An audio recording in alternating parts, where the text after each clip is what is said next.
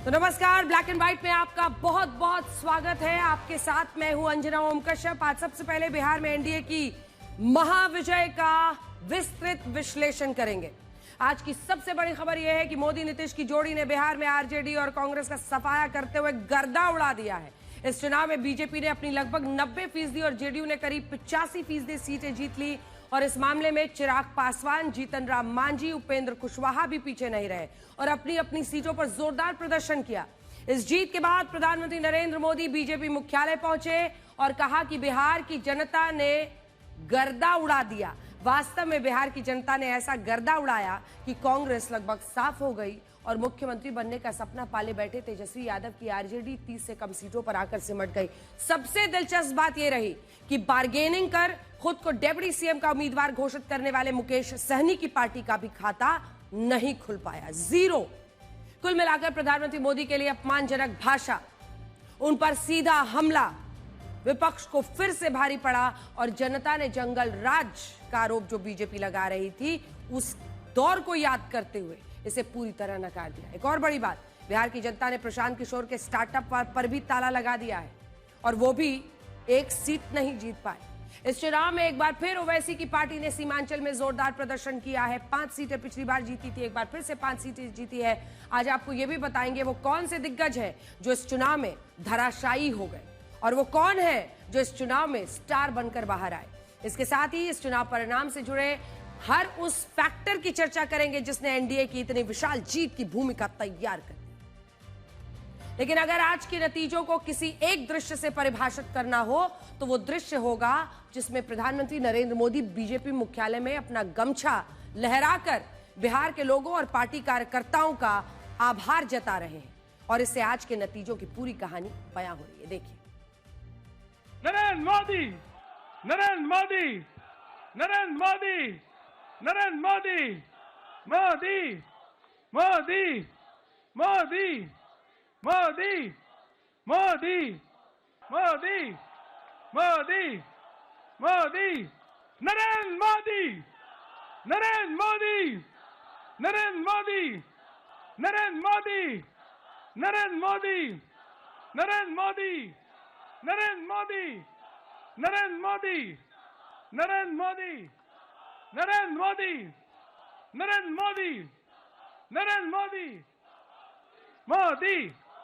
मोदी, मोदी, नरेंद्र मोदी, मोदी, मोदी, मोदी, मोदी, मोदी, मोदी, मोदी, मोदी, नरेंद्र मोदी, मोदी, मोदी, मोदी, मोदी, मोदी, मोदी, नरेंद्र मोदी, मोदी, मोदी।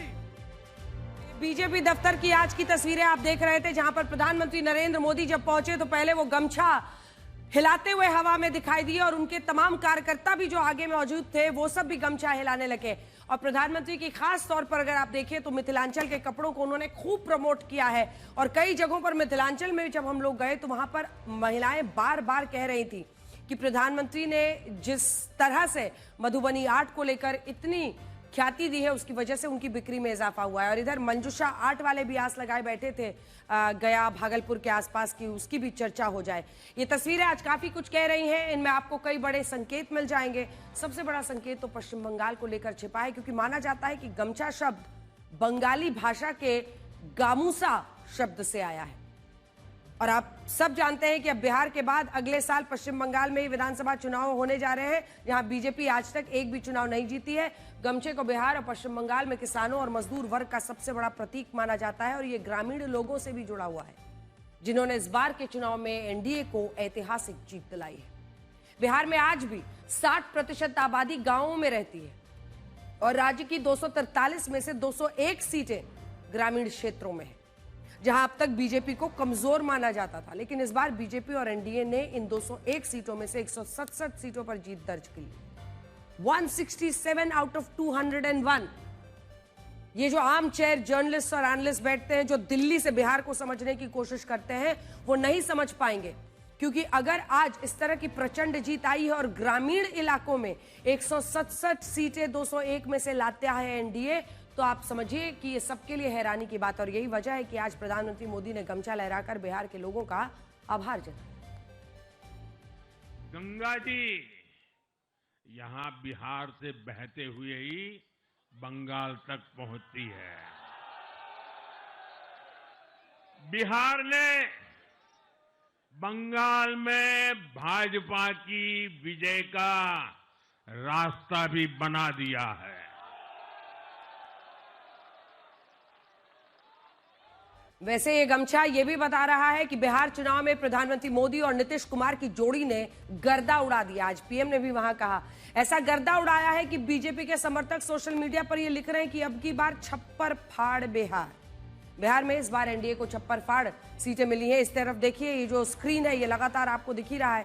89 सीटें बिहार में जीती है। 101 सीटों पर लड़कर बीजेपी ने 85 सीटें जीती है। जेडीयू ने 4 सीट पीछे है।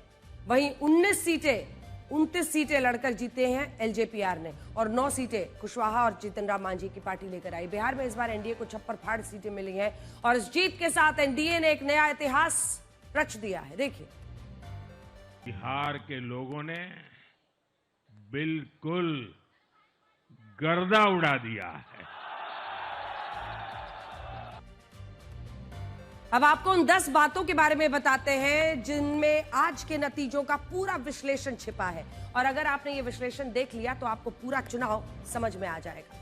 इनमें सबसे पहली और सबसे बड़ी बात यह है कि बिहार में इस बार लीडरशिप फैक्टर सबसे ज्यादा हावी रहा। बिहार की आम जनता ने महागठबंधन को पूरी तरह से खारिज कर दिया। आप सोचिए, मतलब क्या ही कहा जाए। 5 सीटें तो वैसे ही ले आए हैं और कांग्रेस 6 पर है।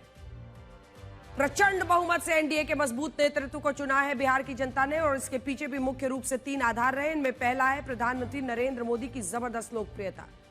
दूसरा है मुख्यमंत्री नीतीश कुमार की सुशासन बाबू की जो छवि है, उनके खिलाफ 20 साल के बाद भी एंटी इनकम्बेंसी का नहीं होना। और तीसरा है एनडीए का मजबूत गठबंधन, जो सोशल अलायंस बना जातियों का।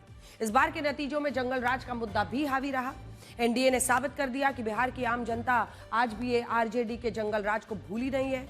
इससे यह भी पता चलता है कि लालू यादव की जो विरासत, मतलब आप सोचिए, तेजस्वी यादव की पूरी राजनीति को आप देखिए तो शुरुआत कहां से हुई। लालू यादव की लेगेसी की बिसात पर ही तो उनकी नींव रखी गई, उनकी पॉलिटिक्स की। पता चलता है कि लालू यादव की जो विरासत अब तक तेजस्वी यादव के लिए उनकी ताकत मानी जाती थी, वो विरासत जंगल राज के मुद्दे पर तेजस्वी यादव के लिए बोझ बन गई, और इसीलिए चुनाव आते आते आरजेडी के पोस्टर से तेजस्वी तो रहे लेकिन लालू गायब हो गए, उनकी फोटो हटा दी। इसका असर हमने चुनाव में भी देखा था, जब आरजेडी के बड़े बड़े पोस्टर से लालू यादव की तस्वीर गायब रही, जबकि लालू यादव अब भी आरजेडी के अध्यक्ष हैं। तीसरा, इन चुनाव में एनडीए के एन फैक्टर ने अपना जबरदस्त असर डाला, और इस एन फैक्टर का मतलब है नरेंद्र और नीतीश की जोड़ी। बिहार की आम जनता ने इस जोड़ी पर अपना पूरा विश्वास दिखाया। दोनों पार्टियों को भर भर के सीटें दी हैं।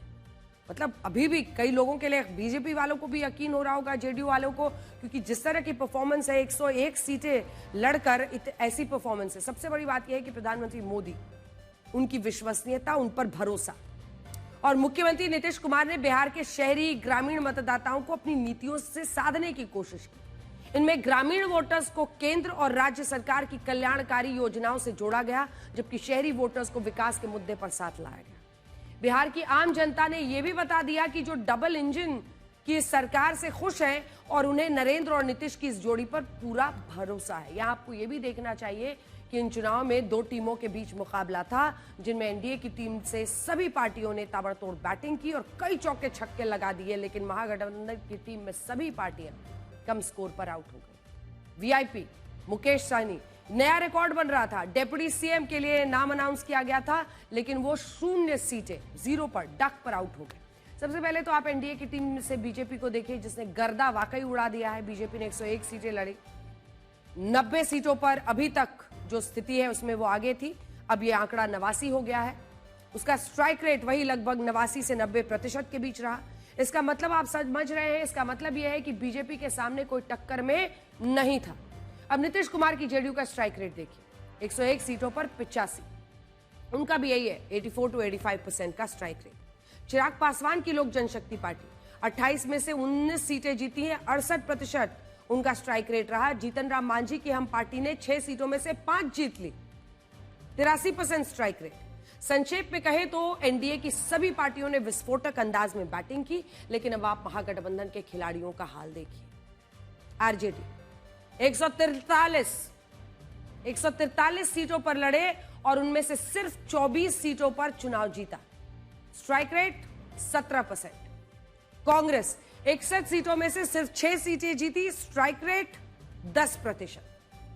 मुकेश सहनी की वीआईपी ने 12 सीटों पर चुनाव लड़ा। मुकेश सहनी को तो महागठबंधन ने अपना उप मुख्यमंत्री पद का उम्मीदवार भी बनाया था, लेकिन उनकी वीआईपी का खाता नहीं खुला। मुकेश सहनी 0 पर आउट हो गए। अब जरा इन 2 पार्टियों पर भी नजर डाल लीजिए, जिनमें एक है प्रशांत किशोर की जन स्वराज और दूसरी है तेज प्रताप यादव की जनशक्ति जनता दल। प्रशांत किशोर की जन स्वराज पार्टी ने 238 सीटों पर चुनाव लड़ा था, लेकिन एक भी सीट पर उनका खाता नहीं खुल पाया। कई सीटों पर तो उनकी पार्टी को नोटा से भी कम वोट मिले और इसका मतलब यह हुआ कि बिहार की जनता ने साफ कह दिया है कि उन्हें प्रशांत किशोर का जो पॉलिटिकल राजनीतिक स्टार्टअप था वो नहीं चाहिए। कई लोग तो आज मैसेज भेज रहे हैं कि सीटें नहीं मिली है, उससे कहीं ज्यादा बार तो आप लोगों ने इंटरव्यू कर दिया है। दूसरी तरफ लालू यादव के बड़े बेटे तेज प्रताप यादव का जनशक्ति जनता दल है और इस पार्टी ने 45 सीटों पर चुनाव लड़ा था, लेकिन इसका भी खाता नहीं खुला। खुद तेज प्रताप यादव अपनी महुआ सीट से चुनाव हार गए। अब देखिए चौथा, बिहार के लिए यह कहा जाता है कि पूरे देश में सबसे ज्यादा जातिगत राजनीति यहीं पर होती है और यहां से जाति है कि जाति नहीं। लेकिन आज के नतीजे बताते हैं कि बिहार के लोगों ने इस बार जाति से ऊपर उठकर अपना जनादेश दिया है। जिस तरह बिहार में एनडीए ने 243 में 203 सीटें जीती हैं, उससे यह पता चलता है कि यह जीत सभी पार्टियों और वर्गों के वोटों के बिना मुमकिन ही नहीं हो सकती और इसीलिए आप कह सकते हैं कि इस बार एनडीए को यह जीत जातियों से परे जाकर मिली है। पांचवा, इन नतीजों से यह भी पता चलता है कि जब जब प्रधानमंत्री नरेंद्र मोदी पर डायरेक्ट हमला हुआ तब तक आम जनता उनके पक्ष में एकजुट हुई, वरना बीजेपी की इस तरह की परफॉर्मेंस। इस बार तेजस्वी यादव ने अपनी रैलियों में प्रधानमंत्री मोदी के खिलाफ वोट चोर, गद्दी चोर, कांग्रेस पार्टी का यही नारा ही था राहुल गांधी का। अपनी रैलियों में कहा कि प्रधानमंत्री मोदी वोट के लिए जनता के सामने नाच भी सकते हैं और अगर आपको याद हो उनकी मां का जो एआई वीडियो बनाया गया था वो भी एक बड़ा बवाल बना।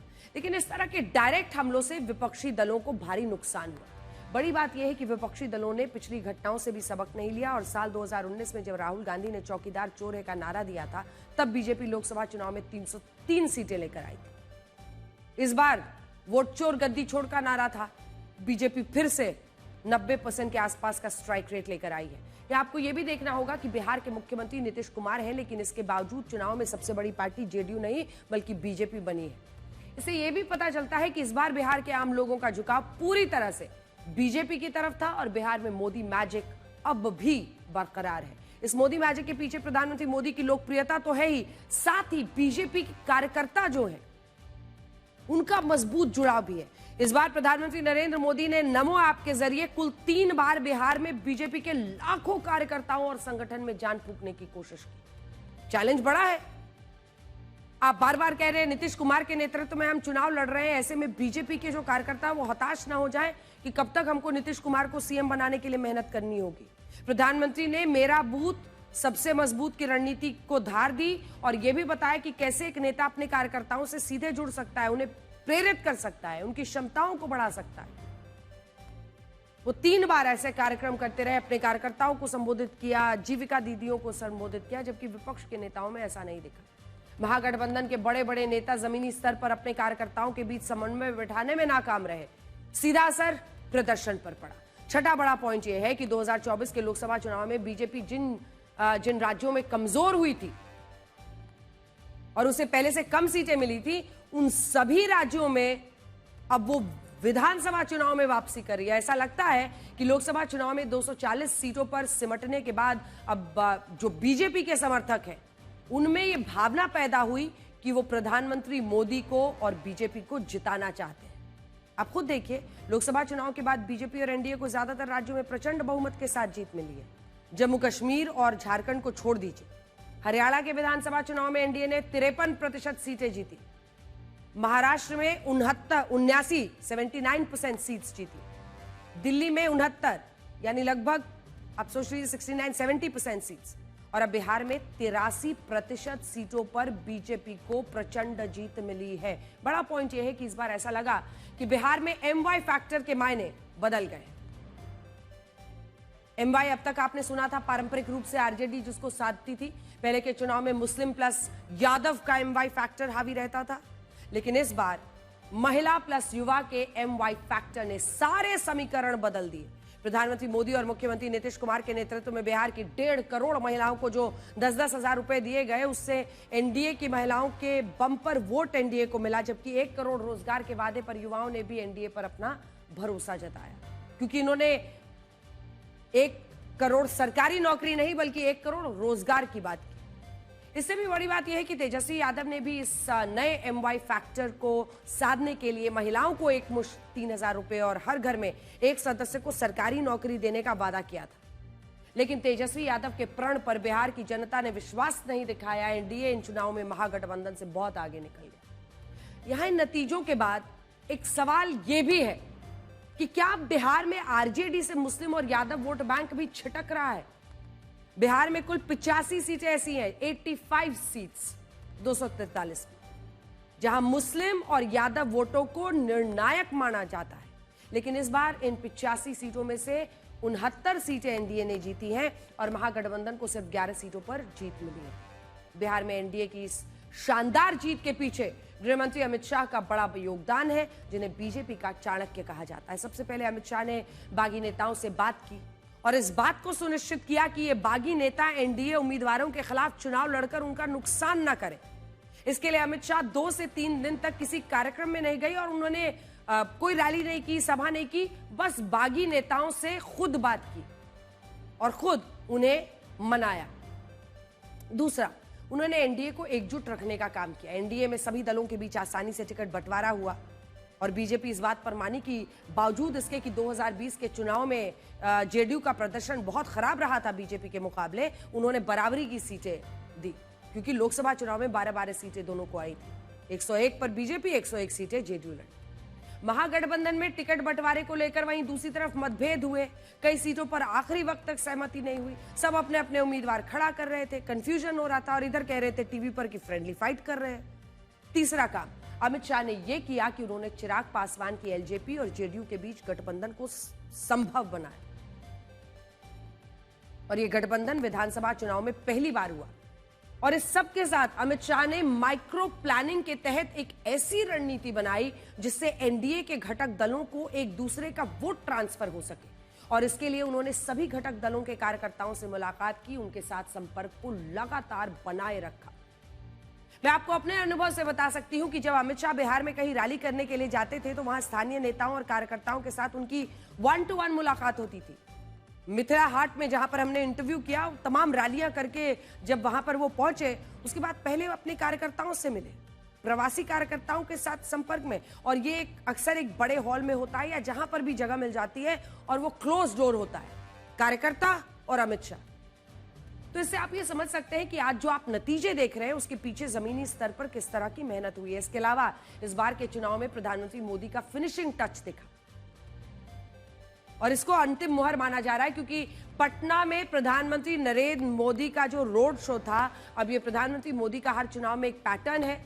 जिस भी राज्य में चुनाव होता है वहां प्रधानमंत्री मोदी एक भव्य विशाल रोड शो के साथ और खास तौर पर ज्यादातर राजधानी में अपने चुनाव प्रचार को विराम देते हैं और ये फिनिशिंग टच बीजेपी के लिए, एनडीए के प्रदर्शन के लिए शानदार बन जाता है। और आज के नतीजों में चुनाव आयोग के लिए भी एक संदेश छिपा है और वो संदेश ये है कि इस बार बिहार के 7 करोड़ 45 लाख वोटर्स में से 5 करोड़ लोगों ने अपना वोट डाला है और जब 5 करोड़ लोग अपनी नई सरकार चुनने के लिए चुनाव आयोग के मतदान केंद्रों पर पहुंचते हैं तो इसका मतलब ये होता है कि बिहार की आम जनता को चुनाव आयोग पर पूरा भरोसा है और चुनाव आयोग इस अग्नि परीक्षा में पास हुआ है। और अब आप ये देखिए कि 4 जून को जब बीजेपी को लोकसभा चुनाव में 240 सीटें मिली थी तब प्रधानमंत्री मोदी दिल्ली के इसी बीजेपी मुख्यालय में काफी मायूस दिख रहे थे, लेकिन आज जब वो बीजेपी के इसी दफ्तर पहुंचे तो ऐसा लग रहा था कि अब 4 जून को प्रधानमंत्री नरेंद्र मोदी ने बहुत पीछे छोड़ दिया है और अब हरियाणा, महाराष्ट्र, दिल्ली के बाद बिहार में ऐतिहासिक जीत से बीजेपी ने बहुत बड़ी वापसी कर ली है। नरेंद्र मोदी, नरेंद्र मोदी, मोदी, मोदी, मोदी, मोदी, नरेंद्र मोदी, नरेंद्र मोदी, नरेंद्र मोदी, नरेंद्र मोदी, नरेंद्र मोदी, मोदी, मोदी, मोदी, नरेंद्र मोदी, मोदी, मोदी। बीजेपी के नजरिए से अगर आप इस जीत को देखिए तो जीत बहुत बड़ी है और भारतीय जनता पार्टी अगर इस बार सबसे बड़ी पार्टी बनकर बिहार में उभरी है तो इसका आप समझ रहे हैं कि क्या मायने हैं। प्रधानमंत्री जब वहां बीजेपी दफ्तर में पहुंचे, जबरदस्त जोश तो वहां पर था ही, लेकिन 42 मिनट का भाषण उन्होंने दिया जिसमें उन्होंने ये कहा कि अब कट्टा सरकार कभी वापस नहीं आएगी। उन्होंने छठी मैया के जयकारे भी लगाए और ये भी कहा कि जो छठ पूजा को ड्रामा कह सकते हैं वो बिहार की क्या इज्जत करेंगे। इसके अलावा प्रधानमंत्री मोदी ने कांग्रेस पर अब तक का सबसे बड़ा हमला किया और ये कहा कि कांग्रेस अब मुस्लिम लीगी माओवादी कांग्रेस बन गई है और आगे चलकर कांग्रेस का एक और बड़ा विभाजन हो सकता है। सुनिए। आज कांग्रेस मुस्लिम लीगी माओवादी कांग्रेस यानी एमएमसी बन गई है।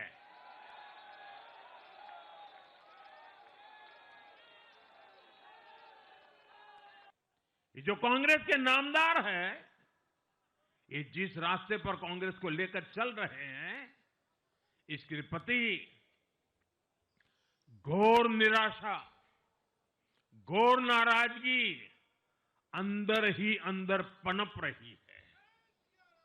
और मुझे तो आशंका है, हो सकता है कि आगे कांग्रेस का एक और बड़ा विभाजन हो।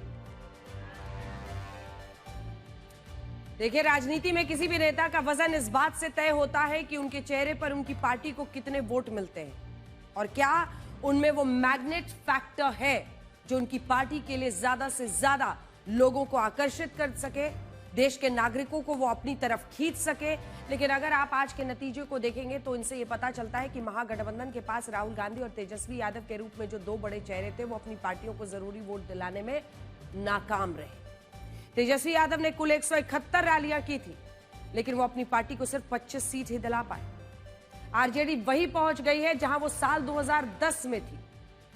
साल 2010 में आरजेडी ने सिर्फ 18 सीटों पर चुनाव जीता था और तब भी एनडीए की जीत में महिला वोटर्स की बड़ी भूमिका थी। 2005 के बाद से नीतीश की सरकार चल रही है, उन्होंने अपना महिला वोट बैंक बनाया, लेकिन जो हालत उस वक्त हुई थी आरजेडी की, उसके बाद यही स्थिति दिख रही है। आज भी महिला वोटर्स ने एनडीए की जीत में बहुत बड़ा रोल निभाया है। तेजस्वी यादव की तरह राहुल गांधी कांग्रेस को वोट दिलाने में नाकाम रहे। राहुल गांधी ने बिहार के 25 जिलों में वोटर यात्रा निकाली थी और चुनाव प्रचार में कुल 15 रैलियां की थी, लेकिन जिन सीटों पर रैलियां हुई उनमें कांग्रेस सिर्फ 3 सीटों पर ही जीत पाई। इसके जवाब में बीजेपी के बड़े नेताओं ने अपनी पार्टी के लिए खूब वोट इकट्ठा किया। प्रधानमंत्री मोदी ने 14 रैलियां की, एक रोड शो किया। असर 115 सीटों पर हुआ और इनमें से 103 सीटें एनडीए ने जीती। इसी तरह अमित शाह, जिनकी रैलियों का जीत का स्ट्राइक रेट 92% रहा, 92%। मुख्यमंत्री योगी आदित्यनाथ का 84% रहा। नीतीश कुमार की रैलियों का स्ट्राइक रेट 82% रहा। और इससे आप ये समझ सकते हैं कि एनडीए की तुलना में महागठबंधन के नेता अपनी पार्टियों को जीत के लायक वोट नहीं दिला पाए। इनमें कांग्रेस की स्थिति सबसे ज्यादा खराब रही।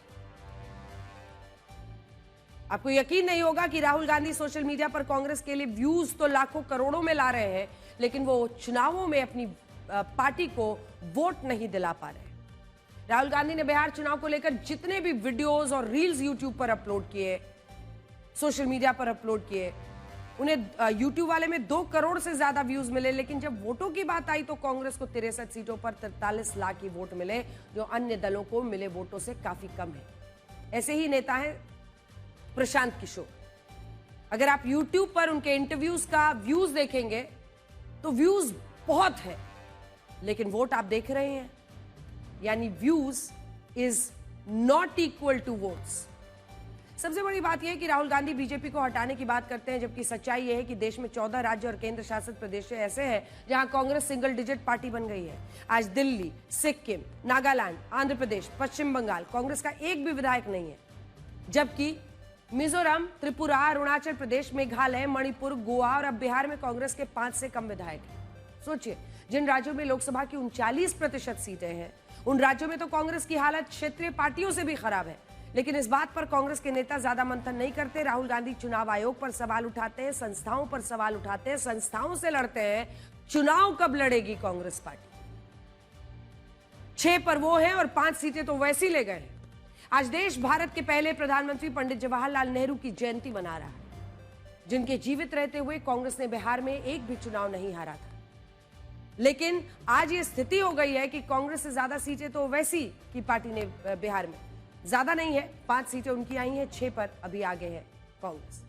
आज कांग्रेस को सोचना होगा कि अगर AIMIM जैसी पार्टियां भी बिहार में आकर इतनी सीटें हासिल कर ले रही हैं, तो इसके लिए भी वो चुनाव आयोग को दोषी ठहराएगी या वो संगठन स्तर पर अपनी खामियों की समीक्षा करेगी? गठबंधन को अनाउंस करने में लेट, अंदरूनी कला, ये सब वजह है। वैसे इस बिहार के लोगों ने ऐसा जनादेश इस बार दिया है कि अब नीतीश कुमार चाहकर भी भविष्य में पाला बदलकर विपक्ष के साथ सरकार नहीं बनाएंगे। इस बार जेडीयू को 85 सीटों पर जीत मिली है, जबकि पूरे महागठबंधन को 35 सीटों पर। और ये आंकड़ा होता 120 सीट का, जबकि सरकार बनाने के लिए 122 सीटों की आवश्यकता होती है। जब आप एनडीए के तमाम सहयोगियों को जोड़िएगा, जिसमें 89 सीटें बीजेपी की, 19 एलजेपी की, 9 अन्य, तो ये बहुमत के दम पर बहुत करीब आते हुए दिखाई दे रहे हैं। इसका मतलब ये हुआ कि अब बिहार में नीतीश कुमार अगले 5 साल तक पाला बदलकर महागठबंधन के साथ सरकार नहीं बना पाएंगे, और ये बात राष्ट्रीय राजनीति को लेकर भी एक बड़ा संकेत देती है।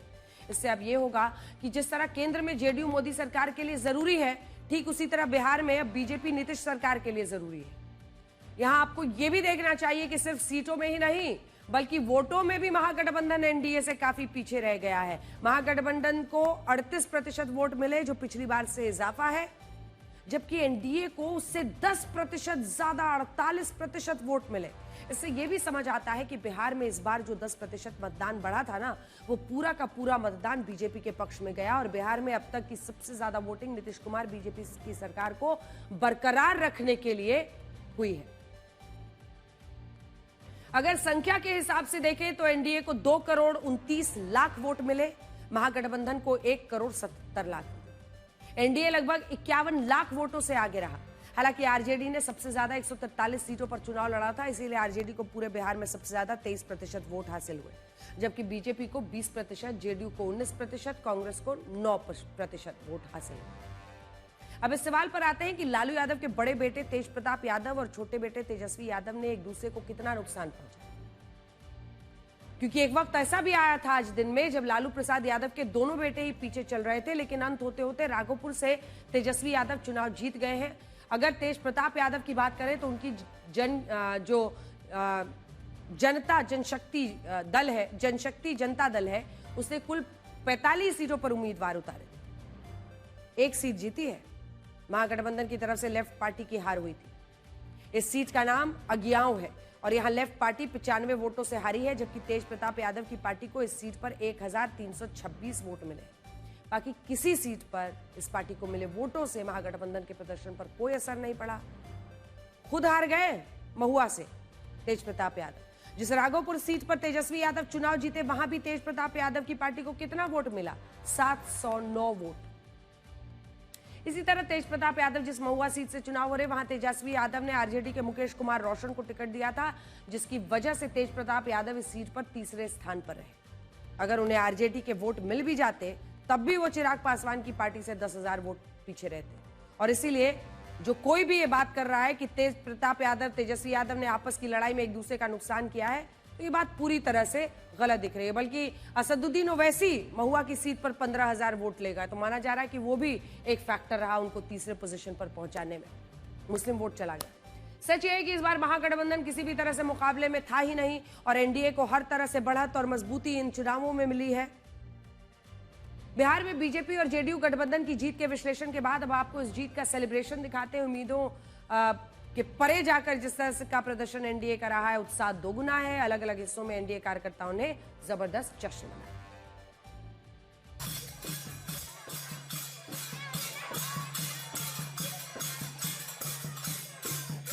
ये तस्वीरें पटना में सीएम नीतीश कुमार के आवास की है, जहां ऐतिहासिक जीत की खुशी में जेडीयू कार्यकर्ताओं ने जमकर जश्न मनाया। बिहार की हॉट सीट मोकामा में जेडीयू के अनंत सिंह ने वीणा देवी को हरा दिया, जिसके बाद अनंत सिंह के आवास में भव्य भोज के साथ जबरदस्त जश्न मनाया गया। तस्वीरें खूब चर्चा बटोर रही हैं, देखिए।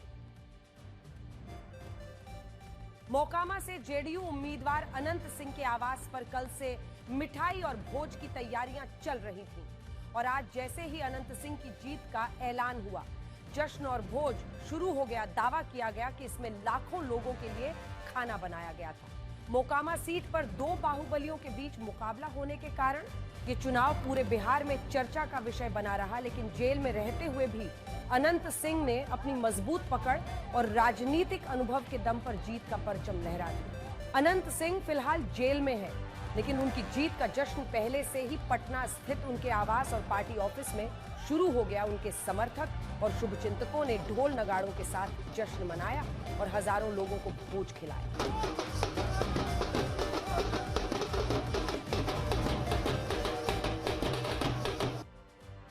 और अब आइए आपको चिराग पासवान का इंटरव्यू दिखाते हैं, जो ये बता रहे हैं कि एनडीए को बिहार में यह ऐतिहासिक जनादेश कैसे मिला है और किन मुद्दों पर मिला है। नीतीश कुमार के नाम पर मुहर लगा रहे हैं, लेकिन इसी के साथ साथ वो ये भी कह रहे हैं कि मैं दिल्ली में ही रहूंगा, लेकिन क्या मंत्री पद चाहिए, उप मुख्यमंत्री पद चाहिए, इस पर कमिटमेंट नहीं किया कुछ। बिहार चुनाव में एनडीए की प्रचंड जीत पर बात करने के लिए एक बेहद खास मेहमान हमारे साथ जुड़ रहे हैं, जो कि एलजेपी-आर और उसार का अर्थ है उनके पिता का नाम रामविलास। तो आप सोचिए कि उनके लिए ये कैसी लड़ाई रही है। वो न सिर्फ राष्ट्रीय अध्यक्ष हैं अपनी पार्टी के, इसी के साथ सांसद हैं, केंद्रीय मंत्री हैं और इस वक्त हमारे साथ आज तक पर जुड़ रहे हैं। 29 सीटों पर आप चुनावी मैदान में उतरे थे, 19 पर आपको जीत मिली है। एक सीट जो कि मढ़ौरी की सीट थी, वहां से सीमा सिंह आपका जो कैंडिडेट थी उनका रद्द हो गया था। इस जीत का श्रेय आप किस बात को देना चाहेंगे? एनडीए पर मैं बात में आऊंगी। आज मैं चिराग पासवान से बात करना चाहती हूँ। 2010 में जितना मुझे याद है आपकी 3 सीटें आई थी, 2015 में 2 सीटें हो गई थी और फिर पिछली बार भी जब आप आमने सामने लड़े, आपने जेडीयू को नुकसान भी पहुंचाया, लेकिन आपकी सीट 0 आई थी। इस बार 19। बिहार आपसे क्या कह रहा है? मैं ये मानता हूं कि बिहार और बिहारी सबसे पहले तो ये श्रेय सिर्फ बिहारियों को जाता है कि उन्होंने सही समय पे सही निर्णय लिया है। जनता ने इस बात पर विश्वास किया। इस बार मैं ज़रूर, अब क्योंकि अब आप चिराग पासवान से आपका ये सवाल था, तो चिराग पासवान का बिहार फर्स्ट बिहारी फर्स्ट भी मैं मानता हूँ कि एक स्ट्रॉन्ग फैक्टर इसमें ज़रूर रहा है।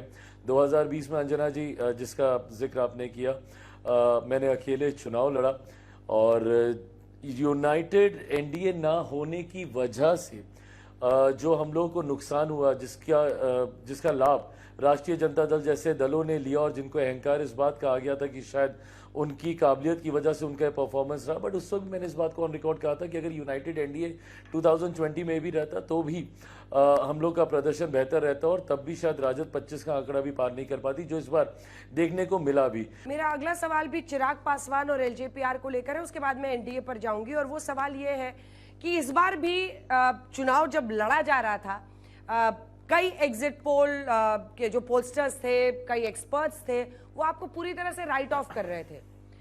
टिकट बंटवारे को लेकर कई चीजों पर ये लग रहा था कि नहीं चिराग जी का तो इस बार ठीक है, वो 100% का स्ट्राइक रेट लोकसभा में हुआ, वो फ्लूक हो गया। इस बार उनके लिए बहुत मुश्किल है। एक सेंस ऑफ अकम्प्लिशमेंट है आपके अंदर कि हमने सबको गलत साबित किया और 172 सभाएं की हैं, जितना मुझे याद है आपने। अंजना जी, पता नहीं है मेरे साथ ऐसा क्यों होता है, बट अगर आप 2014 से अगर आप देखिएगा तो 14 में भी सिर्फ 2 सीटें दे रहे थे मेरी पार्टी को, जब हम लोग 7 में से 6 जीते थे। और उस वक्त ये कह के दे रहे थे कि बस ये बाप बेटा ही सीट जीत रहे। उस वक्त मेरे पिता चुनाव लड़ रहे थे हाजीपुर से, मैं जमुई से, और ये कहा जा रहा था कि बस बाप बेटे की सीट निकल रही है और कोई नहीं जीत रहा, जबकि हम लोग 7 में से 6 जीते। 19 में भी जबकि मैं 6 में से 6 जीता, उस वक्त भी 2 ही सीटें दी जा रही थी, एक मेरी और एक हाजीपुर की सीट। और 2024 में तो हद थी कि मुझे मात्र 1 सीट दी जा रही थी, सिर्फ मेरी हाजीपुर की सीट दी जा रही थी, और मेरी बाकी सारी सीटों को जब मेरा 100% स्ट्राइक रेट रहा था मैं 5 की 5 जीता। अगेन इस बार भी यू आर राइट, बहुत तरीके का भ्रम फैलाने का प्रयास किया गया। इवन वोटिंग से पहले ये भ्रम फैलाया जा रहा था कि जेडीयू का कैडर टर्न अप नहीं हो रहा, जेडीयू लोजपा में सहजता नहीं है, मुख्यमंत्री जी और चिराग पासवान के बीच में अभी भी दरारें हैं, जबकि वो छठ महापर्व पे खरना के प्रसाद के लिए मेरे घर भी आया। उसके बाद भी ये भ्रम फैलाया जा रहा था। सीएम उन्हीं को बनना चाहिए, नीतीश कुमार को? बिल्कुल बनना चाहिए। आपके एक और चाचा हैं बिहार में जो इस बार अलग पार्टी बना के, और वो एक बिटर फेज आपकी लाइफ का रहा जब उन्होंने जो कुछ किया आपके साथ किया। उस चाचा के लिए 2 शब्द। पारस चाचा। नहीं, कुछ भी नहीं। देखिए, मैंने अपना धर्म मैंने निभाया था, क्योंकि मैं इसको परिवार की लड़ाई नहीं बनाना चाहता था। वो एक सीट पे, कई सीटों पे लड़े, खैर बाकी सीटों पे तो ये कह के लड़े कि चिराग को मैं हराने के लिए लड़ रहा हूं, बट उसका कोई असर हुआ नहीं। माँ ने क्या कहा आज?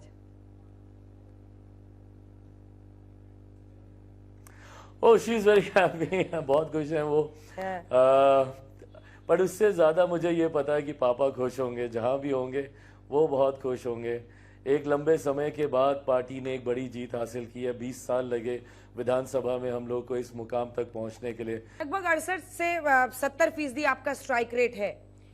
क्या चाहिए अब चिराग जी को वहां पर डेप्यूटी सीएम? क्योंकि आप ही ने कहा कि सीएम तो नीतीश कुमार ही बनेंगे, तो डेप्यूटी सीएम का पद चाहिए, मंत्री पद कितना चाहिए, क्या चाहिए? कुछ तो सोचा होगा आपने।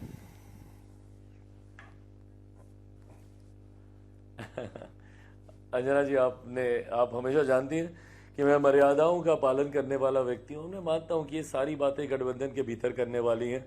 आपने नेगोशिएशंस के दौरान भी देखा, मैंने कभी तब तक बातचीत नहीं की जब तक और ये अभी का ही नहीं, मैंने हमेशा इस मर्यादा को निभाया है। जब तक सीटें फाइनल नहीं हो जाती, चयन नहीं हो जाता, प्रत्याशियों के नाम फाइनल नहीं हो जाते, कोई मतलब नहीं बनता वाया मीडिया ये सब बातें करने का। मुझे लगता है आजकल में बहुत सी चीज़ें सेटल डाउन होंगी, एंड देन इवेंचुअली हम सारे घटक दल फिर से बैठेंगे। शपथ कब होगी, किसकी क्या भूमिका रहेगी, सरकार में किसकी कैसी हिस्सेदारी रहेगी, ये तमाम चीज़ें बैठ के तय कर ली जाएंगी। ये पूरा इंटरव्यू कल आप आज तक पर देखेंगे। इसके आगे मैंने पूछा था पटना रहेंगे या दिल्ली, तो उन्होंने कहा कि मैं दिल्ली ही रहूंगा। तो खुद अपनी महत्वाकांक्षा वहां के लिए नहीं, पार्टी के लिए क्या करते हैं नजर आएगी। इस बार असदुद्दीन ओवैसी की AIMIM भी सीमांचल की 5 सीटों पर चुनाव जीता है। आज मैंने एक खास इंटरव्यू उनका भी किया, सुनिए। तो बिहार के चुनावी नतीजों लेकर, रुझानों को लेकर, और नतीजे आए हैं जिन 5 सीटों में सीमांचल के जहां पर असदुद्दीन ओवैसी ने जीत हासिल की है। 5 का अपना स्कोर कार्ड उन्होंने 2020 से लेकर 2025 तक बरकरार रखा है। असदुद्दीन ओवैसी साहब AIMIM के अध्यक्ष और सांसद इस वक्त हमारे साथ लाइव जुड़ रहे हैं। ओवैसी जी, वैसे तो बिहार के चुनाव में मैं वहां पर कवर करने गई थी और आंख मिचोली खेल रहे थे आप मेरे साथ। जब मैं पूर्णिया पहुंची तो आप किशनगंज चले गए, किशनगंज कोशिश की तो अब तक आप इधर पूर्णिया में कहीं पर सभा कर रहे थे। इंटरव्यू आपका नहीं हो पाया, लेकिन अच्छा है आज हो रहा है।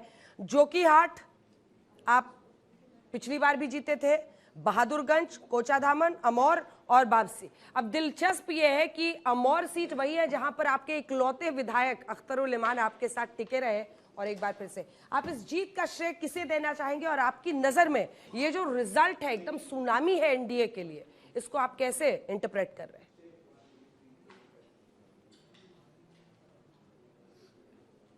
सबसे पहले तो मैं अल्लाह सुब्हाना ताला का शुक्रगुजार हूँ कि उन्होंने अपने फजल से अपने रहमत हम पर बरसाई, और सीमांचल की जनता का, वहाँ के तमाम वोटर्स का, हमारे पार्टी के स्टेट प्रेसिडेंट अख्तरुल इमान साहब का, और जितने लोग महाराष्ट्र से इम्तियाज़ साहब आए, मुफ्ती इस्माइल साहब आए, शौकत यूपी से आए, सब लोग आए, कलेक्टिवली बलाला आए, सब लोग मेहनत किए, और मगर क्रेडिट जाता है वहाँ के सीमांचल की जनता को कि उन्होंने हम दोबारा हमको कामयाब किया, और उन लोगों को पैगाम दिया जो हमारे MLAs को तोड़ कर समझ रहे थे कि MIM ख़त्म हो जाएगी और ये रिश्ता ख़त्म हो जाएगा।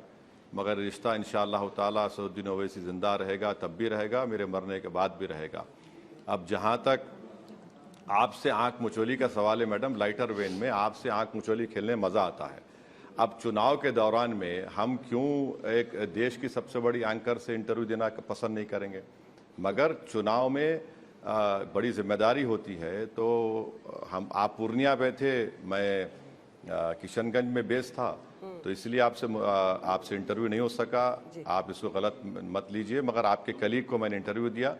अब आपका हमेशा मैं शुक्रगुजार रहा हूं कि आपने हमेशा हमको स्पेस दिया है, आपने हमको पूछा है और उससे हमको फायदा भी होता है। मगर उस वक्त ऐसा हो गया था कि मुश्किल था बहुत मिलना। अब आते हैं असल सवालों पर, क्योंकि अभी तो वार्मिंग अप राउंड चल रहा था। बिहार की जनता का जो मैंडेट है उसका रिस्पेक्ट करते हैं। हाँ, अभी वार्मिंग अप राउंड अप चल रहा था। अब जो फिरकी आपकी पार्टी ले रही है कांग्रेस पार्टी पर, उस पर मैं शुरुआत करूंगा। हाँ, ये जो पोस्ट किया आपके AIMIM बिहार ने, आपने पढ़ा है? कांग्रेस ने वोट काट कर हमें भारी नुकसान पहुंचाया है, वरना हम 15+ सीट जीत रहे थे। आपको अब तक वोट कटवा कहा जा रहा था, बीजेपी की बी टीम कहा जा रहा था। अब आप कांग्रेस पार्टी को मतलब घाव पर नमक छिड़कने निकले हैं। उनको कह रहे हैं कि कांग्रेस वाले अब AIMIM का वोट काट रहे हैं।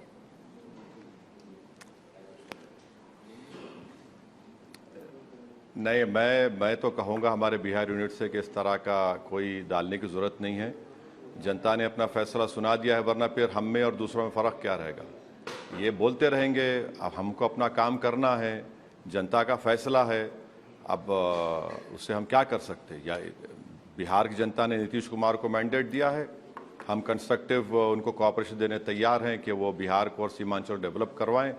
अब इसका जिम्मेदारी हमारी थोड़ी है कि कोई जीते कोई हारे। हमारा काम लड़ना है, हम लड़ेंगे तो और जीतेंगे। अब हैदराबाद जुबली हिल में नवीन यादव कामयाब हो गए, हमको बड़ी खुशी हुई। हमने ओपनली उनका सपोर्ट किया। ये रेवंत रेड्डी की एज अ चीफ मिनिस्टर एक बहुत बड़ी कामयाबी है उनके लिए। आपने अभी कहा कि हम कंस्ट्रक्टिव कोऑपरेशन के लिए तैयार हैं। कई चिट्ठियां आप इंडिया गठबंधन, महागठबंधन को लिख रहे थे, उन्होंने स्वीकारा नहीं। अब आप चाहते हैं, कोई भागीदारी भी चाहते हैं क्या सरकार में एनडीए के साथ?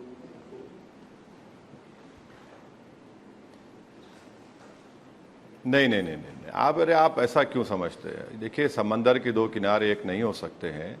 हम तो ओपनली एनडीए के खिलाफ लड़े, आज भी लड़े, कल भी लड़ेंगे, मगर सीमांचल की जनता के लिए, हमारे विधानसभा के डेवलपमेंट के लिए हम बराबर जाकर गवर्नमेंट्स के मिनिस्टर्स से, सीएम से हमारे को राइट है असेंबली में उठाने का और सवालात करने का, उनसे मुलाकात करके रिप्रेजेंट करने का। वो करेंगे हम, वो हमारी जिम्मेदारी है।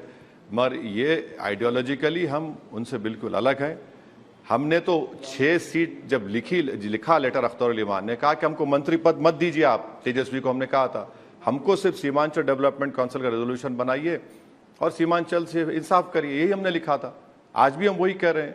हमको सीमांचल के डेवलपमेंट से मतलब है और रहेगा, क्योंकि वो भारत का सबसे पसमानदा इलाका है। वहां पर छोटे बच्चे इन्फेंट मोर्टेलिटी से मर जाते हैं, वेस्टेड होते हैं, 50% महिलाएं मर जाती हैं। आज का सवाल इस बुलेटिन का है, नीतीश कुमार ने आखिरी बार कब और कहां से चुनाव लड़ा था? व्हाट्सएप करिए जवाब, टाइप करिए Q9 स्पेस दीजिए, जवाब लिखिए और इस मोबाइल नंबर पर भेज दीजिए।